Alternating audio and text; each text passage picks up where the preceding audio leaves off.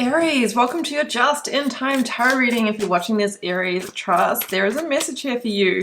If you're a regular, welcome back. Aries, if you're new here, welcome. My name is Bronya. I'm an intuitive tarot reader and it's lovely to have you here for the reading. Sometimes that reading is going to just hit you hard. It's going to feel like a personal reading, and whilst that is super cool, it is not always the case. Sometimes just pieces will actually resonate with you, and other times nothing will, and that's absolutely okay. Just leave it for somebody that it does. Okay, Aries, I pulled you two cards from Moonology to kick this off, and I have balance, spirituality, and practicality. And your hard work is paying off. Hey, that's really interesting. All right, we've got the Piscean energy, which can be quite dreamy, quite, manifestation energy, quite conceptual. And then we have the Capricorn energy, which is the earth element. It's the get it done. It's the practical steps, all right? So maybe you're being asked to make sure that you are doing a bit of both. You're dreaming and scheming, you're setting intentions, you're alchemizing, but at the end of the day, you're taking action steps. Now, I just want to say, Aries, we got Lionsgate this week on the 8th of the 8th. The most powerful date for manifestation of the year, where the portal is opening and the veil is very thin. So this is the time to take action. All right, let's jump in to the Divine Initiation Oracle. I'm then going to be using the Ethereal Alchemist Tarot. I will link these decks below. They are absolutely stunning. You might want to add them to your collection as well. Oof. Avoidance of discomfort. Hey, this is the first time I've been using this card for this deck for maybe like 6 weeks now, maybe longer. I have not pulled this card, so I'm seeing it for the very first time with you. Avoidance of discomfort. So I actually think that maybe there's been a little bit of this going on here, Aries, which, you know, we all do from time to time, and you're actually being asked to kind of step into the fire here, right?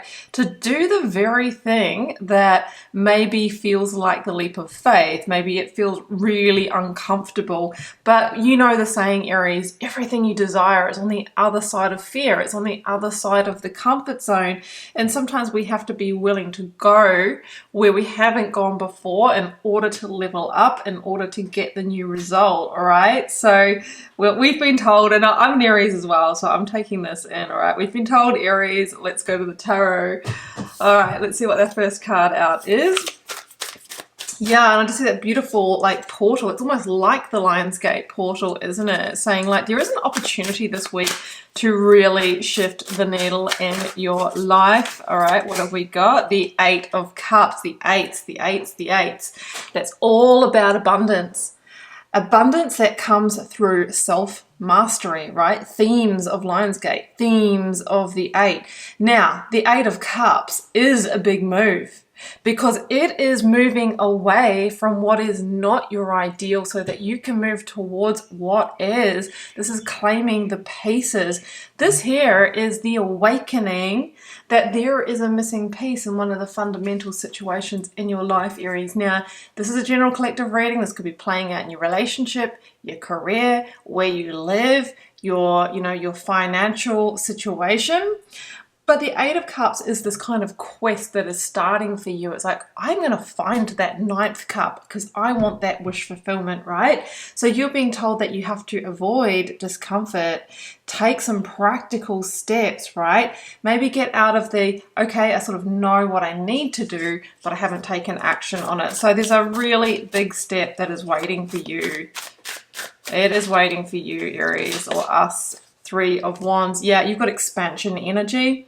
The 3 of Wands for me always says that you're at a really important threshold, and it's almost like, do I leap? And like the Fool is one of our cards, Aries, and the Emperor. So it's about making bold boss moves to position yourself for what you really want and what you really feel is a possibility to become your reality, from possibility to tangibility. Number 3, creation, right? It usually talks about your ships coming in, like they're on the horizon. You can feel the success. You know that you can make this happen, Aries, but there are some bigger, bolder steps that are outside your comfort zone. And if you do that and you put the work in, you're being told your hard work is going to pay off their moon. Here's that sneaky Piscean energy coming through, which is not a bad thing. But what it can talk about is where our deep emotional landscape, our subconscious, might be blocking us, right? Well, you know, that's just too uncomfortable, or, you know I can make it happen with, you know, with doing what I'm doing, right? The current formula. But I ask you, Aries, are you at your 9 of Cups yet? Are you getting the result? Well, I see you sitting in the 8 of Cups, so I'm going to answer that for myself and say no. So the moon says that we have to move beyond the manifestation and put some really hard action behind it. And that all lines up on the 8th of the 8th, I feel, is a really great time for you to, you know, to work with this energy. And like sometimes the moon talks about the duality as well, like, I'm in two minds, you know, I'm in two minds, I'm not sure what to do, so I'll just kind of sit on it, you know, I'll just contemplate a bit longer, but a bit longer turns into even longer, and then before we know it, we're in the same place. Hey, how interesting is that? 3 of Swords. Remember when the 8 came out and we said leaving behind what isn't it to take the journey towards what you're hoping to achieve? Well, maybe this is why it's so hard and uncomfortable, because you've got to navigate 3 of Swords to get there. Now, that can be a severing of ties with your employer, an ex-partner, or a partner that you might have currently. It might be leaving the comfort zone, right? But we know that, you know, really moving through the 3 of Swords, the loss, the grief, the acceptance that, you know, this is keeping me in lack, this is not putting me in abundance, is actually your portal to everything that you would hope for here. So the 3 of Swords, it's a 3 for a reason, because it's a creation energy on the other side of removing, you know, what isn't it. And the Queen of Swords here is justice in the minor arcana, right? And she asks you to get clear on where you're heading. Look at where you are now. What is the gap? How do you bridge that? Well, you're being told that's through the fog, it's through the discomfort that you receive the result that you are really hoping for. So maybe, Aries, this reading is your sign. This might be your yes that you've been waiting for. Do I do that thing? Do I do the scary thing?